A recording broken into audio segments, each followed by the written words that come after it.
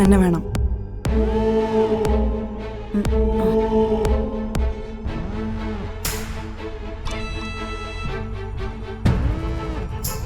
ഫോണിൽ എന്തോ ഡിസ്റ്റർബൻസ് പോലെ. ഞാൻ വിളിക്കാം. എന്താടി, രാവിലെ എവിടെയോ കെട്ടിയൊരുങ്ങി പോകുന്ന പോലെ ഉണ്ടല്ലോ. ആരെയും അയക്കാനാടി നിന്റെ പോക്ക്?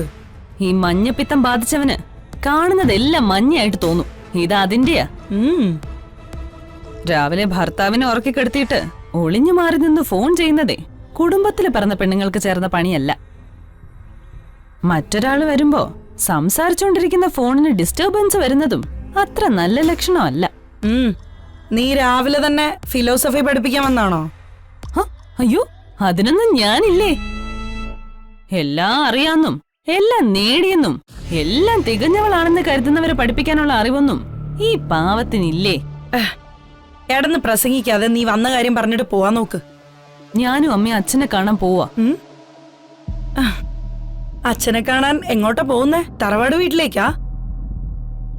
അതോ അച്ഛന് ഇഷ്ടമുള്ള സുഖവാസ കേന്ദ്രത്തിലോട്ടോ? നിനക്കൊന്നും ഒരു അന്തസ്സും ഇല്ലേ? അച്ഛനെ കാണാൻ പോകുന്നത്ര. അല്ല, നിനക്കൊരു ബോധമില്ലെങ്കിലും പ്രായം പാകതയുള്ള ആ തള്ളക്കെങ്കിലും ആലോചിച്ചൂടെ? പ്രായപൂർത്തിയായ ഒരു പെണ്ണിനെയും ഒരുക്കി കെട്ടി പെണ്ണുപിടിയന്മാരുടെയും ക്രിമിനൽസിന്റെയും മുന്നില് പ്രദർശനത്തിന് കൊണ്ടു നിർത്തരുതെന്ന്. ഞാനൊന്നും പ്രദർശിപ്പിച്ച് നടക്കുന്നവളല്ല.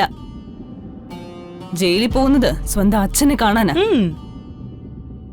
ഒരു തെറ്റും ചെയ്യാതെ ജയിലിൽ കിടക്കുന്ന മനുഷ്യന് ആരെങ്കിലും ഒക്കെ പുറത്തുണ്ടെന്നൊരു തോന്നലെങ്കിലും കൊടുക്കണ്ടേ? ആ മനുഷ്യനുള്ളതുകൊണ്ടാ ഇങ്ങനെ ഞെളിഞ്ഞു നിൽക്കുന്ന ബോധം പോലും ഇല്ലാതായ നായ്ക്കൾക്കും താഴെയായി പോവും ഈ പാട് ജന്മം. ജയിലിലേക്ക് പോവാനുള്ള വണ്ടിക്കൂലി ഇറക്കാനാണ് നീ വന്നതെങ്കിൽ 5 പൈസ ഞാൻ തരില്ല. പിന്നെ അമ്മയും സഹോദരിയൊക്കെ ആയിപ്പോയില്ലേ, അതുകൊണ്ട് കുറച്ച് പണം തന്ന് ഞാൻ സഹായിക്കാം. അതും വാങ്ങി രായ്ക്ക് രാമാനം ഈ വീട് വിട്ട് പോയിക്കണം.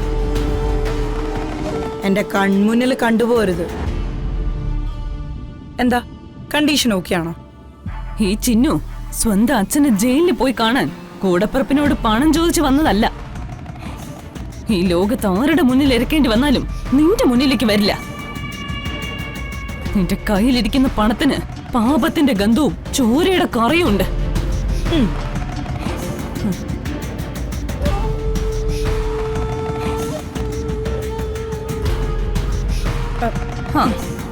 പിന്നെ എന്റെ ചേച്ചിക്ക് ആ മണിമാല വേണ്ടേ? കൊട്ടാരത്തിലെ മണിമാല. അത് ഈ ജന്മത്തിൽ നിങ്ങൾക്ക് കിട്ടാൻ പോകുന്നില്ല.